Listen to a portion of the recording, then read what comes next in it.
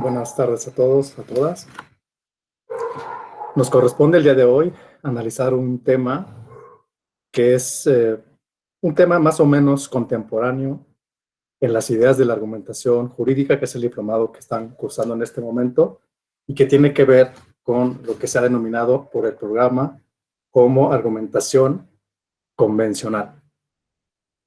Por argumentación convencional vamos a entender ese proceso de razonamiento, no solamente judicial, sino de cualquier autoridad, de un operador jurídico, un operador incluso administrativo en materia de elecciones, que está destinada a justificar una decisión que tenga que ver precisamente con el derecho electoral.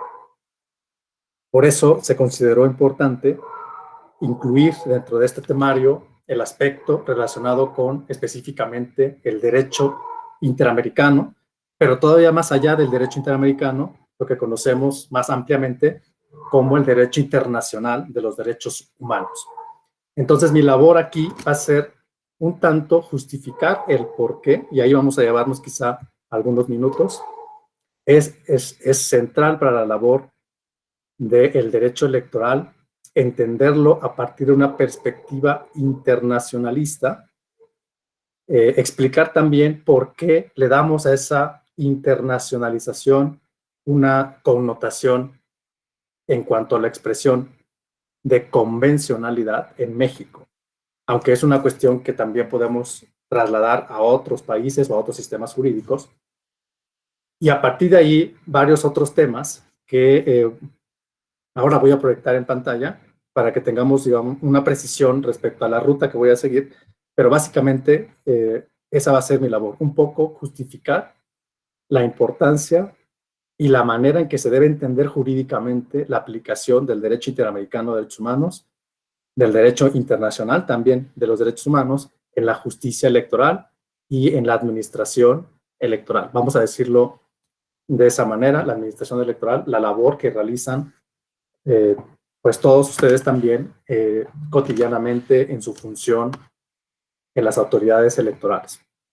Por supuesto, ni sin ningún protocolo, si existe en el momento en que haya alguna pregunta, una intervención, alguna cuestión que no se entienda o que no está explicada adecuadamente, que está explicada de manera parcial, si así lo consideran, no duden por favor en ya sea levantar la mano a través de la herramienta o bien simplemente intervenir, ¿no? Pues, afortunadamente somos un grupo pequeño y no pasa nada si intervenimos en el momento que ustedes quieran, ¿no? Pero sí es importante que, sobre todo en cuanto a mí respecta, entender que se está comprendiendo las cosas que estoy diciendo, porque a veces uno toma, por supuesto que se está comprendiendo, pero a veces por pena o por cuestión simplemente de, por no querer interrumpir probablemente, pero en este caso no, por favor, que se sientan muy libres de poder intervenir y de poder comentar, ¿no? Que es lo más importante para nuestra sesión.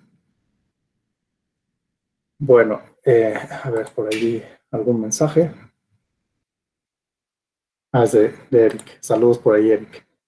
Vamos a empezar entonces con la ruta expositiva que pretendo que sigamos. No quisiera concentrarme demasiado en las diapositivas. A veces me ha pasado que me concentro mucho y dejo un poquito de lado algunas cuestiones que me interesa saber un poquito más. Entonces voy a tratar de meterme y de salir en la medida de lo posible para cumplir el objetivo, ¿no? Voy a amplificarlo. Más bien voy a hacerlo más chiquito para poder verlos. ¿Ahí lo ven? ¿Sí se ve? Ok, entiendo que sí. Este es el índice que voy a pretender desarrollar, ¿no? Primero, el concepto, la idea de los derechos políticos en el sistema interamericano de derechos humanos. Primero, decir qué es un derecho político a la luz de una dogmática, de una teoría del derecho interamericano. Y en segundo lugar, quizá explicar qué es eso del sistema interamericano y por qué nos importa y es trascendente jurídicamente en México. En segundo lugar, más específicamente me concentraré en la idea de la relación entre el sistema interamericano y la Constitución mexicana. En tercer lugar, a explicar un poco la importancia y la práctica argumentativa en las sentencias de la Corte Interamericana, sobre todo en cuanto concierne a los derechos políticos. En cuarto lugar, voy a tratar, digamos, de que veamos todos juntos una estructura formal y argumentativa de una sentencia interamericana. Para eso voy a traer a colación el caso Castañeda, que es un caso, pues, digamos, muy visible en nuestro derecho electoral, el más sobresaliente, sin ninguna duda, en materia electoral para México. ¿Y por qué? Bueno, pues porque es la sentencia que condenó por primera vez a nuestro país por parte de la Corte Interamericana. Es decir, México reconoció la competencia contenciosa de esta Corte con sede en San José de Costa Rica, como sabemos, y Costa Rica, voy a mencionarlo así, el Pacto de San José, también se le conoce así a la Convención, a través de su Tribunal Internacional. La primera vez que condena a México fue un caso electoral. Por eso nos es tan relevante el caso Castañeda, aunque lo tengamos muy conocido, muy trabajado, probablemente muy discutido y debatido. Voy a utilizar entonces una ficha que nos permita observar la estructura formal y la estructura argumentativa que utiliza la Corte Interamericana para desarrollar primero la decisión y después desembocar en una condena para nuestro país. Y después, por supuesto, cómo esa condena para nuestro país se refleja, se traduce en medidas reparatorias o en medidas de reparación que van más allá de la víctima, que es una de las características de los casos contenciosos interamericanos. En principio, su origen es una denuncia por violaciones a una víctima, a un conjunto o grupo de víctimas, pero sus efectos y su impacto se amplifican, se expanden hacia un efecto que nosotros conoceríamos. Nos es un poco desconocido en nuestro sistema procesal, pero nosotros lo podríamos equiparar a un efecto que hemos denominado en México, así se ha denominado, por ejemplo, en materia de amparo, un efecto erga omnes. Esto es un efecto general, un efecto, incluso más allá de lo general y más allá del efecto erga omnes. Es un efecto estructural. Quizá me detenga un poco a explicar por qué una sentencia de la Corte Interamericana puede legítimamente imprimir un efecto estructural para ordenarle al Estado mexicano no solamente reparar las violaciones individuales a las víctimas, que en este caso la víctima, ese es el concepto internacional, es el señor Jorge Castañeda Gutmann, sino un efecto, como digo, sistémico, que permite entonces impactar al sistema jurídico completo en materia electoral. Completo en el sentido en el que la Corte ordena un entendimiento interpretativo sostenido en la argumentación jurídica, ¿no? De ahí la importancia de nuestra materia, que permite trasladar al Estado mexicano la obligación de modificar su ordenamiento jurídico interno. Esto, en el concepto clásico, nosotros podemos ubicarlo como un verdadero control de convencionalidad, me voy a detener a ese aspecto, de las normas constitucionales y legales de nuestro país, que es algo que, sobre todo en materia de derecho constitucional, que es, digamos, mi especialidad en lo particular, nos interesa muchísimo en el derecho público conocer cómo el derecho internacional en realidad no le es tan difícil un debate relacionado con la confrontación, la confronta entre las normas internas, aun cuando se trata de una norma constitucional, que para nosotros es una norma suprema, o al menos eso es lo que nos dice la letra de la Constitución, y eso es lo que nos dicen nuestros libros clásicos de derecho constitucional. Al derecho internacional no le importa mucho, voy a usar esa palabra, no le importa mucho de qué norma se trate. Y claro que estoy exagerando un poco, ¿no? Porque después voy a detenerme un poco más también a decir que no es que el derecho internacional no le importe o no le interese el rango de la fuente normativa que está causando la violación, sino que simple y sencillamente existe una posibilidad desde la Convención Americana para que la Corte Interamericana ordene modificaciones internas que pueden incluir reformas a la Constitución. Eso es lo que a eso es a lo que me refiero, que el derecho interamericano se concentra, digamos, en las violaciones y toma en cuenta, por supuesto, las normas a partir de las cuales se pueden generar esas violaciones. Y una de esas normas puede ser la Constitución. Claro que a partir de esta afirmación que estoy haciendo surgen un montón de interrogantes, ¿no? Que nosotros mismos, que los propios académicos, juristas, juzgadores, nos puede irrumpir de repente, como es la posibilidad, por ejemplo, de establecer si una autoridad nacional interna en cualquier nivel competencial podría realizar un ejercicio de control de constitucionalidad de la Constitución, por ejemplo. No vamos a detenernos mucho en eso, pero es un dilema clásico, ¿no? Que tiene que ver precisamente con nuestro tema y que en materia electoral pues tiene también muchísimo que discutirse por los contenidos que nuestra Constitución tiene, sobre todo a partir de decisiones del poder reformador de la Constitución tomadas en la reforma del 2007 relacionadas con la libertad de expresión en materia de medios de comunicación, o las del 2014 que tienen que ver también con otros temas, sobre todo relacionados con sanciones.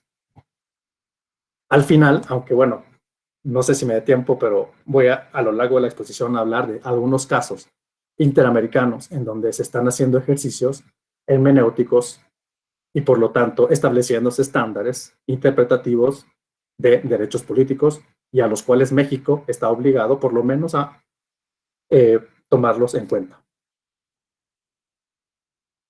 Bueno, voy muy rápido a la cuestión de la noción de los derechos políticos, que es un punto de arranque, digamos, innegable cuando hablamos de estos debates. Y la pregunta inicial es esta: ¿hay una materia electoral en los instrumentos internacionales? Y la respuesta inmediata es, como todo buen abogado en este aspecto, es decir, depende. Si nosotros entendemos a la materia electoral en un sentido en el que tiene necesaria y forzosamente influencia e incidencia en lo que el derecho internacional considera como derechos políticos, y esto innegablemente es así, entonces podemos decir que hay una materia electoral en instrumentos internacionales en un sentido material. Pero inmediatamente hay que aclarar que no existen tratados, convenciones, declaraciones o acuerdos internacionales que se refieran específicamente a establecer estándares de elecciones. En cuanto hace a los procedimientos, me refiero, ¿no? Para establecer una respuesta, entonces, que pueda ser satisfactoria, podríamos afirmar que sí hay una materia electoral, siempre y cuando inmediatamente constriñamos el entendimiento al sentido de que lo es porque existen fuentes internacionales de los que nosotros en el derecho interno concebimos como derechos políticos. ¿Y por qué esto es así? ¿Por qué el derecho internacional considera los derechos políticos dentro de sus contenidos?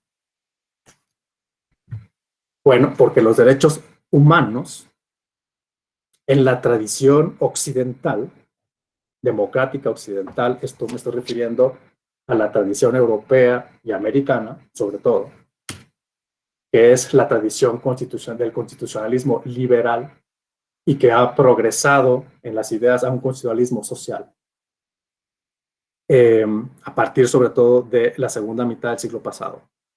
Concibe dentro de las categorías de los derechos humanos a los derechos políticos. Y hay que destacar que esta categoría de los derechos políticos, dentro de la más amplia concepción de los derechos humanos, es una categoría germinal de los derechos humanos. ¿A qué me refiero? A que desde el mismo momento en que surge la idea de los llamados human rights, ¿no? En el concepto de finales del siglo XIX en Europa, ya desde ese momento se entiende que es necesario que cartas constitucionales reconozcan los derechos de los ciudadanos a ser tomados en cuenta en la construcción de la opinión pública. A partir de ese momento, Nos dice la Revolución Francesa, no nada más nos interesa los derechos que en lo individual se pueden atribuir y se deben atribuir a las personas.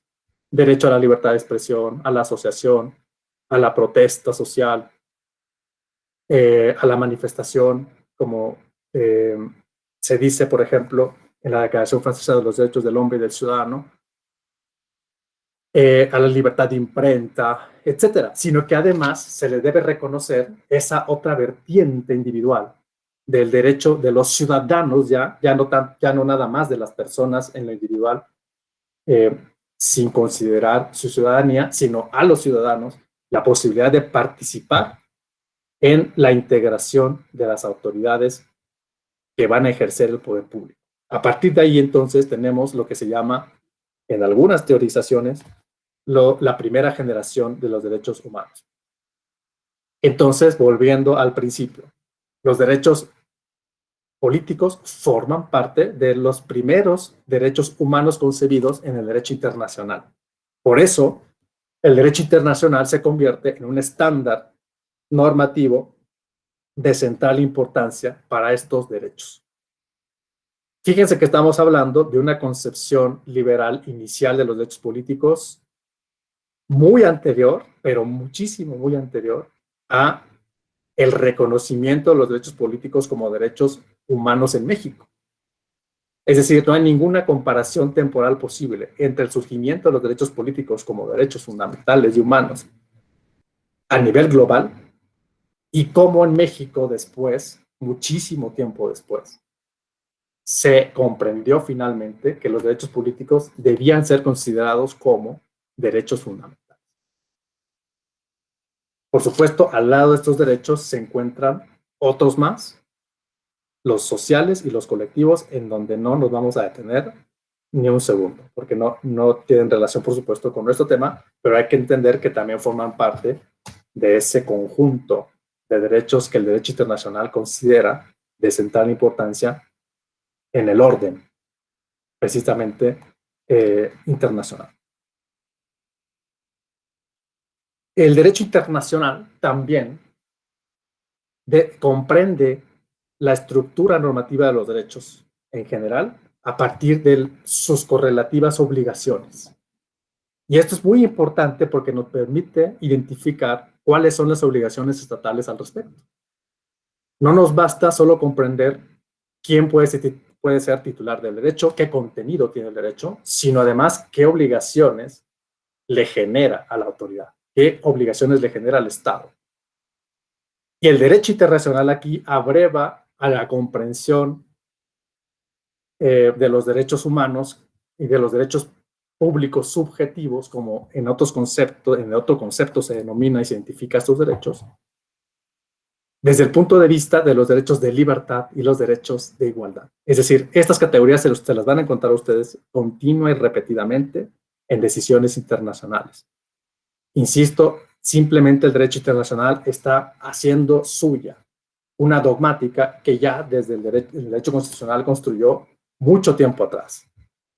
Por eso hay una relación muy directa entre el derecho constitucional y el derecho internacional cuando hablamos de los derechos fundamentales. No existe entonces una gran discrepancia aproximativa en la forma de comprender los derechos, y por eso hablamos en México, y la Corte ha bautizado a esta comprensión conjunta del contenido de los derechos fundamentales o derechos humanos como parámetro de regularidad constitucional. Lo ha hecho en el caso Radilla, lo ha hecho en la contradicción de tesis 293 del 2011, pero no nada más. Lo ha reiterado la Corte de México en repetidas ocasiones jurisprudenciales a lo largo de una década después de la reforma de derechos humanos. Cuando nosotros nos encontramos con esa expresión en las sentencias, nuestros tribunales mexicanos han construido esas categorizaciones a partir de las ideas comparativas y del derecho internacional. Por eso es tan importante comprender, insisto, el germen de esas expresiones.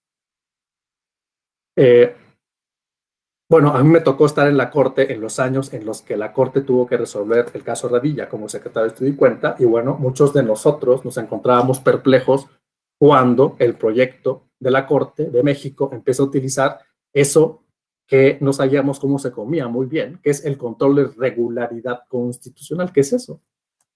¿De dónde sacó la Corte una expresión técnica que no tenía absolutamente o prácticamente ningún antecedente en su jurisprudencia? Y la respuesta es que la Corte lo entresaca de las aproximaciones teóricas del control de regularidad y de aproximaciones internacionalistas a los derechos. De ahí vienen, digamos, muchas de las expresiones que no sabemos, insisto, muy bien a veces de dónde vienen, y que la Corte traslada en sus resoluciones que después nosotros tenemos que aplicar, ¿no? Ese es un proceso, digamos, importante, ¿no? ¿Por qué? Porque nos permite al menos aproximarnos críticamente a decisiones de la Corte, y a decisiones de nuestra sala superior, decisiones de las salas regionales que van trasladando las terminologías y que van introduciendo y consolidando terminologías técnicas que después nosotros lo encontramos en nuestro escritorio y tenemos que aplicarlas. Pero si yo no comprendo el origen, no comprendo la construcción inicial, no comprendo la fuente, muchas veces tengo deficiencias como operador jurídico a la hora de aplicar esas técnicas y a la hora de aplicar esas figuras que sin embargo estoy obligado a aplicar a los casos concretos.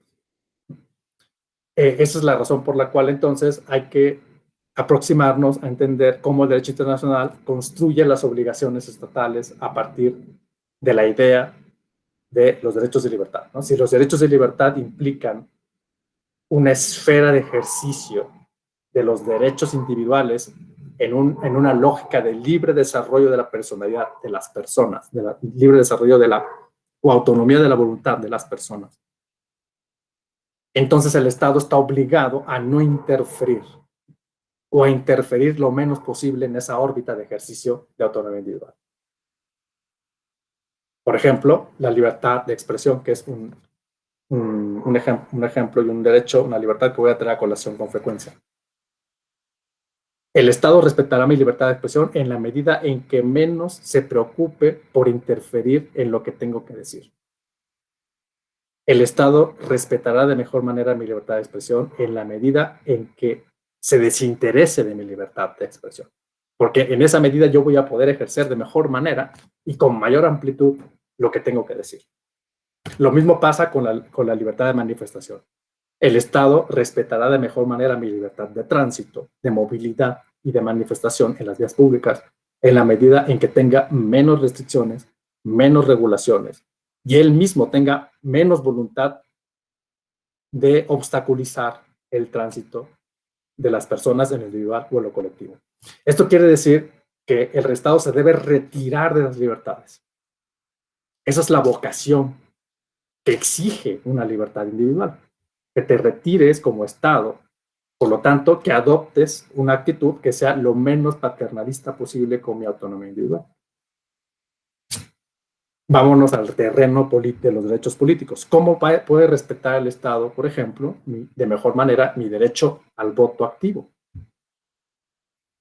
Bueno, interfiriendo de menor manera posible en mi voluntad y en el proceso que como individuo, como ciudadano desarrollo para emitir mi voto a favor de una elección política. ¿Cómo puede interferir el Estado o qué manifestaciones puede realizar para no cumplir con esa libertad que tengo yo como ciudadano de emitir libremente mi voto? Puede construir, por ejemplo, discursos gubernamentales a partir del aparato del Estado que interfieran en mi toma de decisión. Puede establecer elementos que descoloquen la neutralidad gubernamental para que los ciudadanos inclinen la balanza en esa decisión que en principio me corresponde individualmente y entonces puedan inclinar esa decisión y esa voluntad ciudadana hacia la opción política que el Estado quiere y que tiene la posibilidad de gestionar porque tiene los medios de comunicación suficientes y tiene los medios de acceso a la información suficientes y tiene las plataformas de información suficientes para gestionar, controlar la opinión pública, ¿no? En este ejemplo que estoy poniendo, ¿cómo podría interferir el Estado de menor manera en mi derecho al ejercicio del voto libre? No haga nada. No se pronuncie, no se manifieste, no incurran en expresiones siquiera de ningún tipo que puedan interferir en la ciudadanía. Deje a la ciudadanía que construya individualmente y colectivamente en la suma de esas individualidades la opción política que quiere elegir el día de la jornada electoral, etcétera, ¿no? Vean cómo esta construcción teórica es muy relevante para efectos de construir argumentativamente qué se requiere que el Estado haga para que respete una libertad en materia política. Pero también la igualdad. Solo que la igualdad, nos dice la teoría de los derechos y nos dice la teoría internacionalista de los derechos, se respetará no desvinculando negativamente al Estado, sino al revés, vinculándolo positivamente. ¿Qué significa eso? Que el Estado tiene que construir una infraestructura normativa institucional que me permita desarrollar mi derecho político. Ejemplo, si yo quiero, voy al mismo ejemplo de derecho al voto activo, lo que tiene esas dos facetas, ¿no? Si yo quiero ejercer mi derecho al voto activo, el Estado tiene que posibilitar normativamente el ejercicio de mi derecho, como emitiendo una ley electoral que permita desarrollar el ejercicio del derecho político. De qué otra manera, tiene que establecer, y esto es tan relevante y tan actual, ¿no? Tiene que proveer de los recursos económicos públicos suficientes para instalar a las autoridades ciudadanas que podrán gestionar, administrar, sobre todo, esa es la palabra técnica, administrar la elección. Si nosotros partimos de esta idea, por ejemplo, que el Estado se desinteresa por la vinculación positiva que debe tener frente a los derechos a la igualdad. Claro, derecho a la igualdad aquí en el sentido en el que esa es la forma en que puede el Estado garantizar la emisión del voto igualitario y sin discriminación que debemos ejercer todos los ciudadanos, ¿no? Si el Estado entonces se desobliga de esa vinculación positiva, se desentiende de la vinculación positiva, no establece una ley, no establece a las autoridades correspondientes, no regula adecuadamente los procedimientos, establece deficiencias en las formas en las que se debe practicar y realizar y llevar a cabo el día de la jornada electoral la emisión del voto ciudadano. Jurídicamente podemos construir, y por eso decía que es un debate muy actual, jurídicamente podemos construir un reproche argumentativamente hablando al Estado para que cumpla con la obligación que implica el desarrollo adecuado, constitucional e internacional del ejemplo que estoy poniendo aquí, los derechos políticos. Esto, por ejemplo, fue una parte muy importante de la argumentación que desarrolló la Corte Interamericana de Derechos Humanos al enfrentarse a la resolución del caso Castañeda Gutmann contra México del año del 2000, si no recuerdo mal, del 2008. Claro que la Corte aquí se pone a analizar de qué forma el Estado se enfrenta a las obligaciones que le impone el artículo 23 de la Convención Americana de cara a la construcción de un proceso electoral que permitiera la participación igualitaria y sin discriminación de los candidatos sin partido. Y si esa candidatura sin partido o después denominada independiente, en realidad era un estándar que se podía invocar como un estándar susceptible de protección a partir del derecho internacional de los derechos humanos.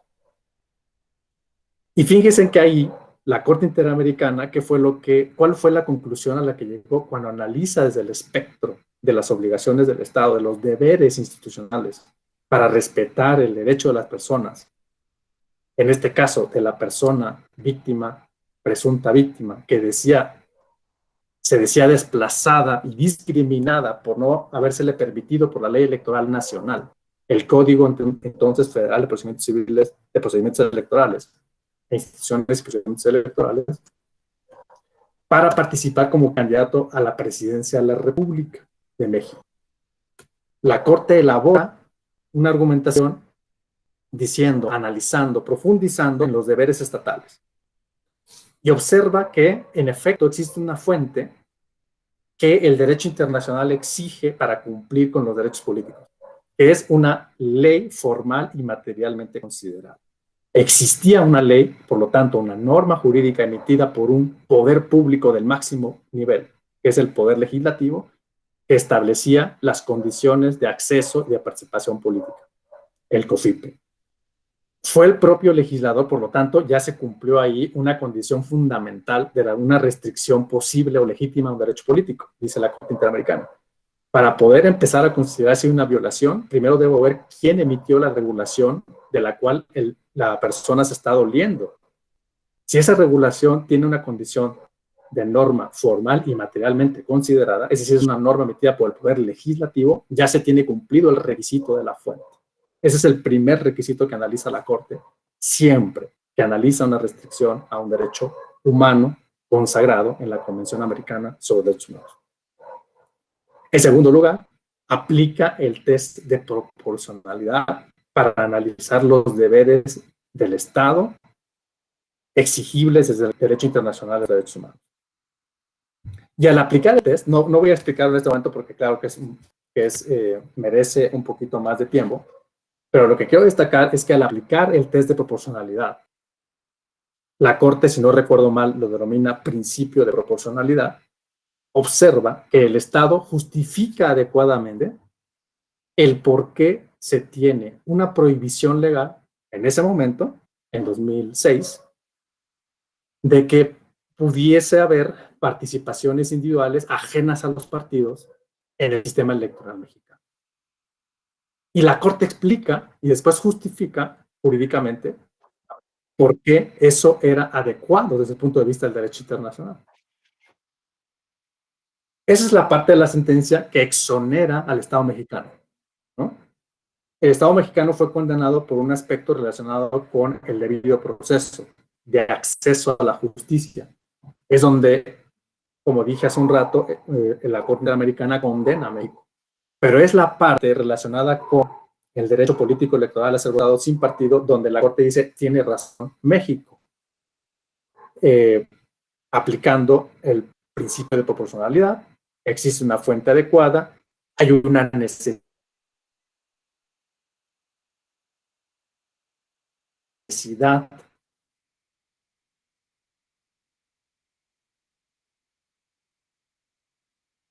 y hay una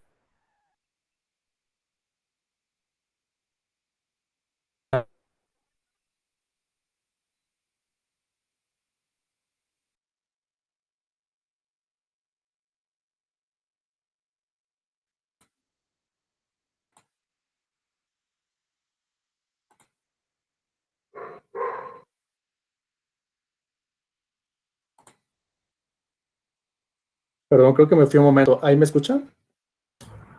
Sí, doctor. Sí. No sé en dónde me quedé, pero bueno, creo que mi red está fallando un poquito, pero espero que ahí me escuchen. Entonces, ¿qué de relevante tiene que una corte en otro país esté evaluando el sistema electoral mexicano, ¿no?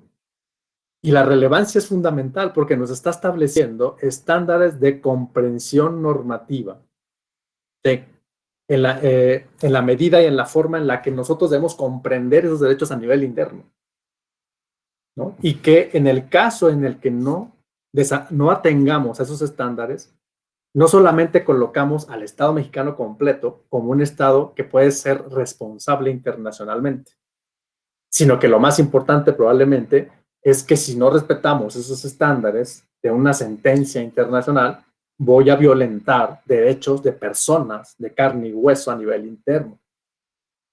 Ese es, digamos, el primer efecto y el primer impacto que tiene no desarrollar y no comprender adecuadamente esos estándares que se construyen desde el orden internacional y que, insisto, el Estado mexicano se comprometió a cumplir a partir de la suscripción en una doble condición. Primero, suscribiendo la Convención Americana sobre Derechos Humanos en el año de 1981, que es un año ya muy lejano en el tiempo para nosotros, pero en donde existieron en nuestro país las condiciones suficientes como para que el poder político se sintiera la necesidad de reconocimiento de ese derecho internacional en los años 80. Y un segundo paso, que fue la firma ya de la competencia contenciosa de la Corte Interamericana de Derechos Humanos en el año de 1998. Específicamente el 16 de diciembre, cuando el presidente Zedillo publica el protocolo facultativo donde el Estado mexicano, ratificado por supuesto por el Senado, reconoce que en el caso en el que no se cumplan las normas establecidas en la convención y por lo tanto, como dice la propia convención, las interpretaciones que genera el órgano facultado para emitir las sentencias que pueden condenar a los países, a los estados parte, como dice en la convención, entonces México se comprometió no solamente a reconocer esas decisiones, sino, por supuesto, como derivación, como complemento, como efecto de que esas decisiones establezcan una responsabilidad internacional a cumplir con las medidas reparatorias establecidas en esas decisiones. Es decir, en sentencias que han determinado que México no cumplió esa responsabilidad. ¿Cómo se llega a una decisión y una conclusión de ese tipo? A través de argumentación jurídica, a través de razones, a través de justificaciones que emite y que desarrolla la Corte Interamericana. ¿Y quién es esa corte? Es una corte de 7 jueces. Ahora afortunadamente tenemos 3 juezas y 4 jueces. Acaba de cambiar, por cierto, su presidencia. El presidente Manrique ahora es el presidente de Uruguay, es presidente originario de Uruguay. Y tenemos a un juez mexicano, el juez Eduardo Ferrer MacGregor. Bueno, voy a volver o tratar de volver porque esta red está un poquito mal, pero bueno, voy a tratar de volver a la diapositiva. Bueno, antes de volver a las diapositivas, ¿alguna pregunta que de la exposición?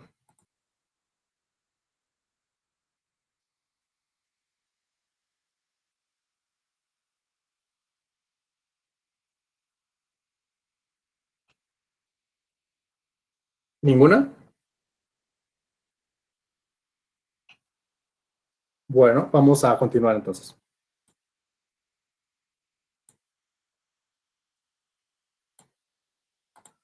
Me voy a ir un poquito más rápido.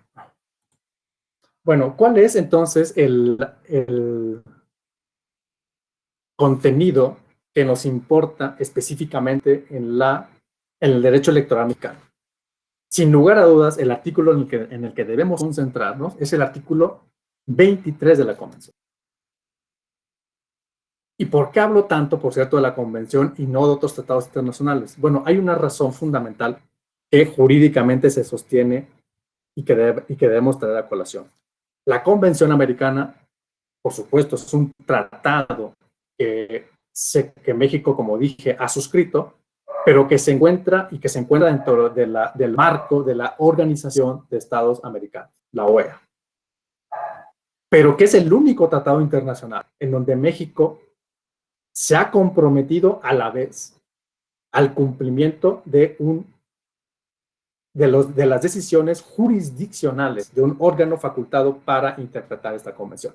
No existe otro tratado, en otras palabras, en donde México haya reconocido la competencia de un tribunal. Es el único, con lo cual, ¿por qué, digamos, se enaltece la importancia de la convención a partir de este aspecto? Bueno, a partir de la idea de que no sería admisible imposible jurídicamente desentenderse de una decisión jurisdiccional.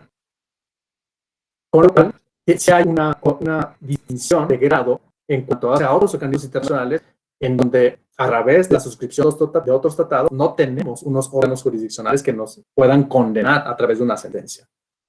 Esto, digamos, le da, insisto, una sobrevaluación a la Convención Americana, con la cual no podríamos considerar, por ejemplo, un mero estatus de recomendación o de sugerencia a partir de lo que se pueda determinar de una actuación del Estado mexicano en el orden internacional. Se trata de una verdadera sentencia, y esa verdadera sentencia tiene un efecto condenatorio en el caso en el que se haya llegado a esa conclusión. Por eso la Convención Americana es un tratado que no puede soslayarse en las decisiones de las autoridades electorales en México. So pena o digamos, si no queremos que el Estado mexicano se coloque en una posición, decía hace un rato, de responsabilidad ante la Organización de Estados Americanos, pero específicamente ante los órganos de decisión de la Organización de Estados Americanos, con las cuales México tiene precisamente esa vinculación institucional. Entonces, el artículo 23 es el artículo electoral para México. Hay un conjunto, por supuesto, de artículos que conforman la convención. Es una suerte de parte dogmática de una constitución internacional, vamos a decirlo así. De hecho, hay libros, hay obras que se han dedicado a hacer esa analogía entre lo que es la parte dogmática de una constitución y lo que sería una parte dogmática de una constitución internacionalizada, como es materialmente lo que tenemos en la convención en esta parte, ¿no? Los derechos políticos están consagrados en el artículo 23. Y el artículo 23, claro, ha sido objeto de múltiples casos en las que la Corte Interamericana ha analizado actuaciones de otros países, no solamente de México, y ha emitido una jurisprudencia al respecto, ¿no? México está obligado no nada más a cumplir la letra, el contenido literal del artículo 23, sino el contenido interpretativo que le ha dado la Corte Interamericana, aun cuando ese contenido se ha originado frente a los casos con otros países. ¿Por qué esto es así? Bueno, porque el artículo 29 de la Convención establece que la Corte Interamericana interpretará de manera oficial la Convención. Y estas sentencias, claro, forman el llamado Corpus Juris Interamericano, que conforman lo que también se ha dicho en la doctrina en la llamada cosa interpretada internacional. Y tiene un poco que ver con este efecto que mencioné al principio. No nada más a la Corte le interesa resolver el tema específico de la violación de derechos a las presuntas víctimas, sino también establecer estándares interpretativos que permitan al conjunto de los países del sistema comprender interpretativamente la convención. Y además, por supuesto, la convención no está solita, hay otros pactos que son complementarios, vamos a decirlo así, son protocolos facultativos, protocolos adicionales.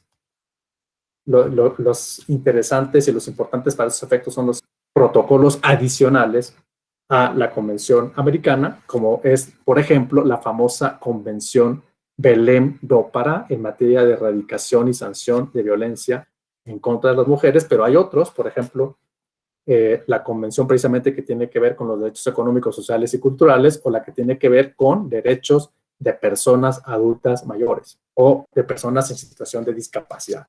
Todos esos protocolos son entonces extensiones normativas del sistema interamericano de derechos humanos. Centralmente para nosotros, entonces, los derechos políticos son de principal relevancia en la convención. ¿Qué nos dice ese artículo 23? Lo que queremos destacar aquí y lo que debemos destacar es que hay, por supuesto, contenidos análogos a nuestros propios derechos políticos a nivel interno. La Constitución mexicana, en el artículo 35, como sabemos todos, caracteriza los derechos políticos electorales, los derechos de la ciudadanía, como le llama la Constitución. Y si, como digo, la Convención tiene una posición privilegiada en el orden jurídico mexicano. Debemos entonces considerar que la convención es también debe formar parte de esa fuente de entendimiento conjunto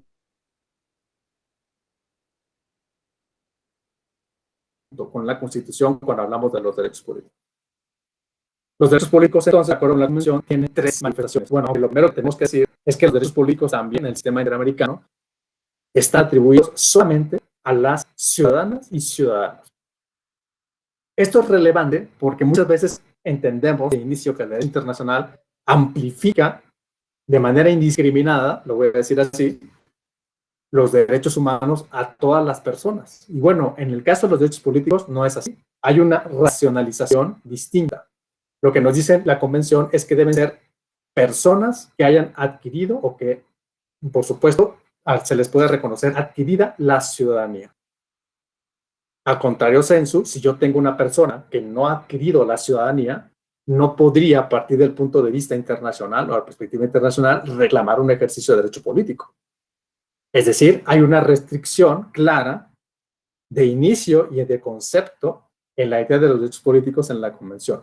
Solamente las ciudadanas y los ciudadanos.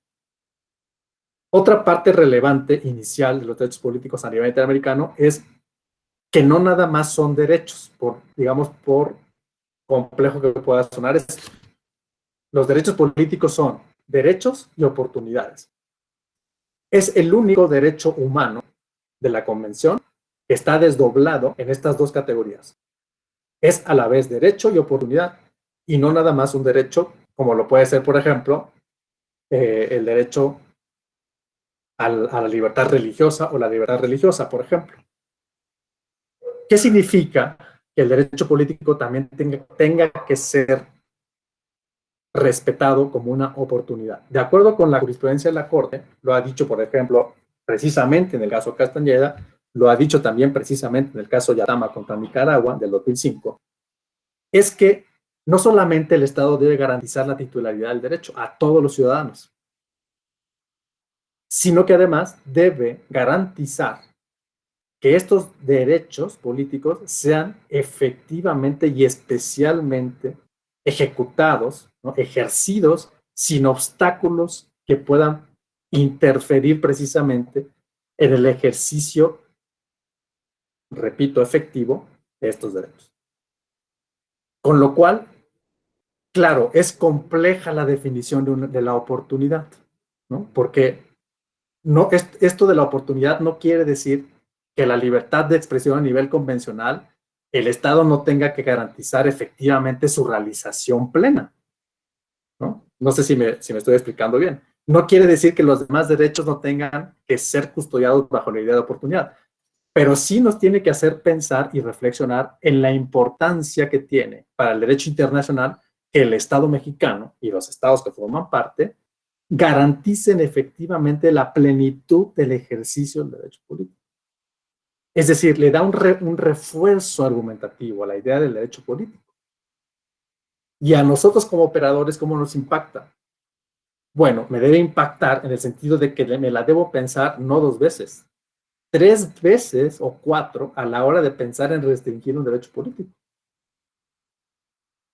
Insisto, bajo la idea de que el derecho interamericano está exigiendo que garantice la oportunidad de ejercer el derecho, ¿no?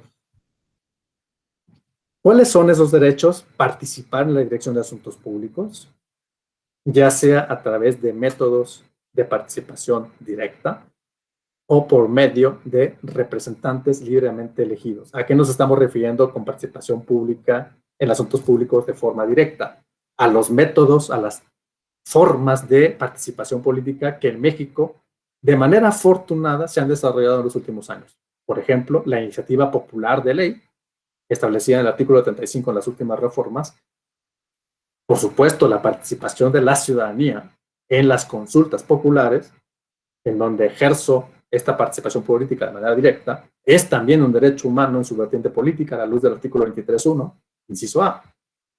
Y también, algo que nos interesa muchísimo en nuestro contexto actual, la participación de la ciudadanía en revocatorias del mandato de cargos públicos. En el caso nuestro, sabemos, estamos a las puertas de un proceso de participación pública y ciudadana de revocación del mandato del presidente de la República, y estamos citados para el 10 de abril para ejercer ese derecho humano en la vertiente política que tiene también una justificación convencional. Esa es la razón por la cual muchos nos sorprendimos de alguna manera cuando, aunque entendemos muy bien, por supuesto, y ustedes tendrán su punto de vista, el problema de fondo que tuvo y que tiene actualmente todavía el tema de asegurar y garantizar por parte del Instituto Nacional Electoral el ejercicio del derecho al voto libre, secreto, efectivo, igualitario, sin discriminación en la revocación del mandato presidencial. Cuando el INE decide de alguna manera materialmente suspender algunas etapas del procedimiento de organización de la revocación del mandato. Claro que había razón de la otra parte cuando se dijo que era una decisión que coartaba, quizá injustificadamente, el ejercicio, si bien se explicó que era una parte del procedimiento que no permitiría, sobre todo, ustedes recordarán, creo que fue en diciembre, en las etapas previas a la realización del cómputo de firmas suficiente para poder establecer si había una base constitucional para llevar a cabo la revocación del mandato, pero que sí ponía en riesgo, lo voy a decir así, el ejercicio efectivo de este derecho humano. Entonces, a eso se refiere el artículo 23.1, inciso A. Decía yo que en este ejemplo que estoy poniendo y que es muy importante para nosotros en este contexto actual, claro que eso no significa que no comprendamos y que no debamos comprender en sus justos términos la problemática detrás de lo que el INE ha estado estableciendo desde hace muchos meses, hace algunos meses, relacionada con el sustento presupuestal de este ejercicio. Porque claro que es un tema fundamentalísimo también desde el punto de vista convencional. ¿Cómo puedo yo llevar a cabo y asegurarme, materializar y garantizar finalmente un derecho humano de participación política si tengo acreditado que no cuento con los presupuestos públicos suficientes y que a los cuales está obligado el Estado completo a suministrar para llevar a cabo y garantizar en efecto este derecho? Es una pregunta que no puede pasarse por alto. Y algunos dijimos, incluso yo puse por ahí un mensaje en Twitter, es un tema que debe resolver de manera prioritaria la Suprema Corte una vez que ya tiene precisamente planteado ese tema desde hace algunos meses. Y que, insisto, no porque digamos que el derecho humano es insuspendible, ¿no? Después voy a hacer referencia a este tema de insuspendible, la condición de insuspendibilidad, si se puede decir así, o inderogabilidad de los derechos políticos. No por eso debamos desentendernos de que todo derecho tiene como presupuesto el suministro necesario del presupuesto público suficiente para eso. Entonces, tenemos de los dos lados. Por un lado, un derecho fundamentalísimo, reforzado como derecho que debe garantizarse necesariamente, y por otro lado, el sustento presupuestal que es necesario para desarrollarlo y que los órganos jurisdiccionales tendrán que darnos su punto de vista, bueno, no su punto de vista, su decisión al respecto. E insisto que sigue en curso este tema en el fondo. En segundo lugar, la Convención nos habla de este derecho político central, que es el derecho al voto activo, derecho al voto pasivo. Nos da las condiciones de ejercicio de las elecciones que nosotros tenemos en nuestra Constitución también. Periódicas, auténticas, sufragio universal, sufragio igual, voto secreto y que garantice la libre expresión. Y en tercer lugar, el acceso en condiciones de igualdad a las funciones públicas. Este tema ha sido exponencialmente importante para la jurisprudencia electoral, porque está hablándonos la Convención de un acceso, pero no cualquier acceso, un acceso igualitario. Pero nuevamente, no cualquier acceso igualitario, un acceso igualitario en el sentido material de entendimiento de la igualdad. No nos basta tener normas que nos digan los hombres son iguales que las mujeres. No nos basta tener normas que nos digan que los pueblos y comunidades indígenas tendrán participación política. Tienen que tomarse en cuenta condiciones de reparación normativa, ¿no? De ajustes, como le llama la jurisprudencia internacional, ajustes que nos permitan imprimir condiciones de efectivo acceso de grupos en situación de desventaja social o histórica y que puedan ser y que deben ser representados o manifestados a través de acciones que denominamos afirmativas y que no por ser acciones afirmativas, por supuesto, y por concepto favorables a ciertos grupos o sectores en situación de desventaja, deben entenderse como desigualitarios, sino al contrario, se estructuran con el objetivo de conseguir una efectiva igualdad material o sustantiva.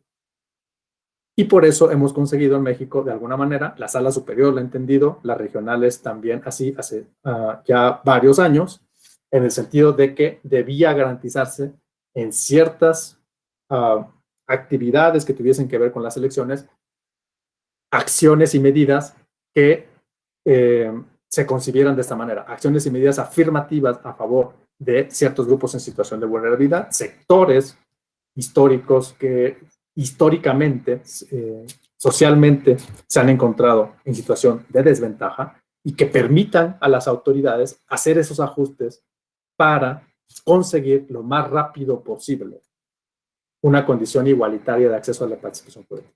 Y así, por ejemplo, yo creo que la Sala Superior fundamentalmente inició estos trabajos interpretativos en materia de derechos y pueblos y comunidades indígenas a partir sobre todo de finales de la década de los 90, por ejemplo, con los casos Santiago Llaveo de Oaxaca y el caso Tanetse del año 1999 y 2002, si no recuerdo mal. En donde, ¿qué entendió la Sala Superior en esos casos?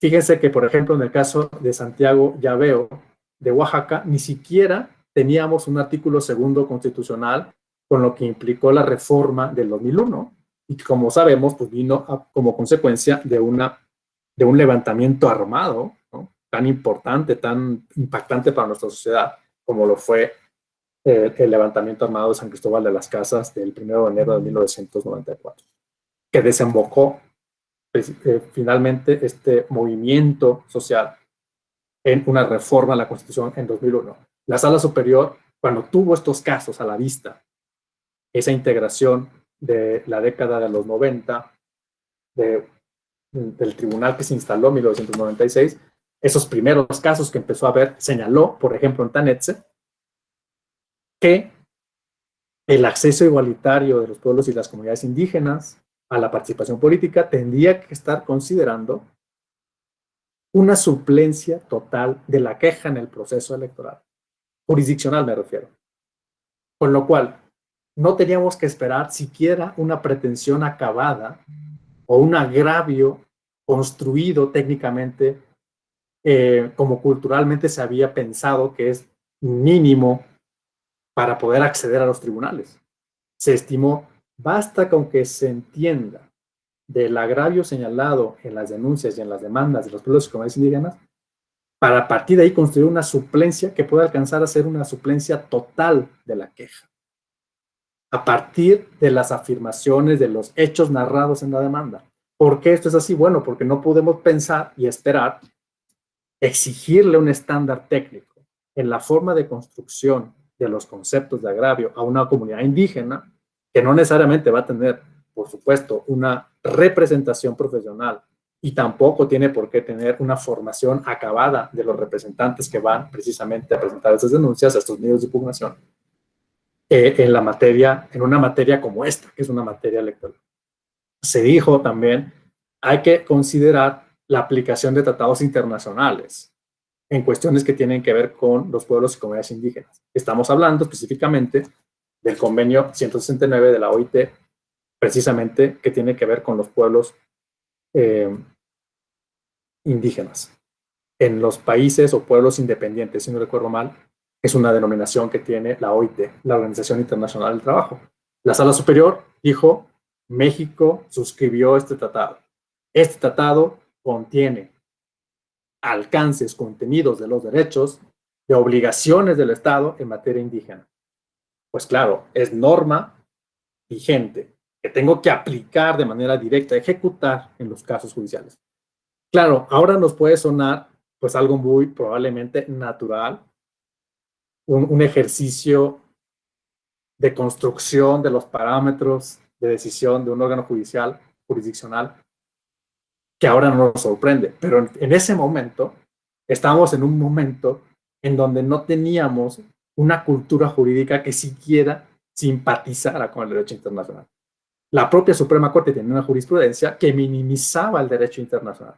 Por eso estas sentencias a mí me parece, en lo personal, que me he acercado a ellas para poder indagar cómo se fue generando y construido la idea de la convencionalidad en nuestra jurisprudencia electoral, pues destacan precisamente por esa concepción que desde ese momento tuvieron los magistrados y las magistradas de la Sala Superior, adelantándose a su tiempo un poco, ¿no? Podemos incluso afirmarlo así, en materia indígena. Bueno, todo esto para decir que este artículo 23.1 se refiere a una igualdad en el acceso a la participación política, no en una igualdad formal, sino en una igualdad que nos permita establecer ajustes necesarios que a la vez tengan un impacto en el acceso efectivamente adecuado, que efectivamente garantice la participación política de los pueblos y comunidades indígenas. Después hay que decir, en el 2005 la Corte Interamericana emite una sentencia que ha sido muy importante para, no solamente para México, sino para otros países. En el caso que mencioné, Yatama contra Nicaragua, en donde estableció estándares construidos a partir de la Convención de frente a agravios que señalaba pueblos y comunidades indígenas de la costa atlántica del país de Nicaragua y que tenían que ver con las incertezas, las indefiniciones de las normas que regulaban el acceso a la participación política de esos pueblos en Nicaragua. Esa sentencia, después la Sala Superior lo utiliza con gran frecuencia. Si ustedes se acercan un poco a la jurisprudencia, van a ver que lo invoca la Sala Superior con cierta regularidad al día de hoy, incluso precisamente por cómo fue construyendo la Corte Interamericana esa idea de igualdad, esa idea de no discriminación relacionada con los pueblos indígenas. Esto es en cuanto hace a lo que entendemos como la titularidad y el contenido de los derechos políticos. Pero hay que decir que el derecho interamericano, por supuesto que también establece restricciones o limitaciones a los derechos políticos. Solo que lo establece con una condición o una caracterización especial, ¿no? Y tenemos aquí el artículo 23.2. ¿Cómo regula la Convención estas restricciones? Y que por lo tanto nosotros tenemos que tener en cuenta a la hora de enfrentarnos con los derechos políticos a nivel interno. Bueno, el 23.2 nos dice que nuevamente la fuente de la restricción debe ser una ley. Ya la Corte Interamericana explicó en su jurisprudencia qué es eso de ley a los efectos de la Convención. Y lo hizo en una opinión consultiva que precisamente lleva por título, si no recuerdo mal, el concepto de ley en el sistema interamericano. Y decía yo, estas decisiones tienen que ser recogidas por una decisión legislativa, material y formalmente considerada. La ley puede reglamentar el ejercicio de los derechos políticos y las oportunidades a que se refiere la inciso anterior. Hay que aclarar nuevamente, reglamentar no significa en el concepto interamericano, ¿no? Aquí vamos a encontrarnos precisamente con disyuntivas lexicográficas, ¿no? ¿Cómo entendemos nosotros en México el concepto interamericano de reglamentar? El verbo reglamentar, ¿cómo debemos comprenderlo? Reglamentar para nosotros es lo que se espera que regule un reglamento. Sin embargo, a nivel convencional, no significa que podamos tener habilitada una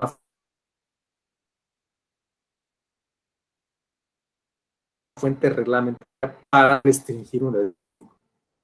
Es un verbo que utiliza de manera muy libre la convención para decirnos regule usted en la ley, ¿no? No recuerdo otros conceptos de símbolos en la convención que sean especialmente importantes para entender los derechos. Creo que este concepto del verbo reglamentar es uno de los pocos, diría, verbos que hay que especificar y clarificar qué significan cuando lo pretendemos trasladar al sistema interno. No significa, insisto, que se habiliten a los reglamentos. Significa que la ley debe regular ese ejercicio, ¿no? Precisamente por lo que hemos venido mencionando que implica y que significa el concepto de ley. Ahora bien, es problemática las restricciones porque nos dice la convención, solo lo puedes hacer exclusivamente por razones de edad, de nacionalidad, de residencia, de idioma, de instrucción, capacidad civil, por condena, y además esta condena tiene que ser emitida por un juez competente, por supuesto, ahí no tendríamos por qué tener alguna reticencia, pero nos dice la convención que sí debe ser un juez en proceso penal. ¿Por qué decía yo que es compleja la definición de la restricción en la convención? Bueno, porque nos dice la convención que debe ser exclusivamente por estas condiciones. La pregunta que inmediatamente surge es, ¿qué ocurre si el Estado decide restringir por condiciones distintas? Por ejemplo, ahora estoy pensando en el tema de la nacionalidad. Bueno, aquí está precisamente la nacionalidad. Por un tema que tenga que ver por competencia institucional. Y estoy pensando en el caso mexicano. ¿Qué pasa si nosotros decidimos concederle competencia para restringir derechos políticos a un órgano constitucional autónomo a nivel administrativo y no a un juez penal como dice la convención que exclusivamente debe hacerse? ¿Qué pasa ahí?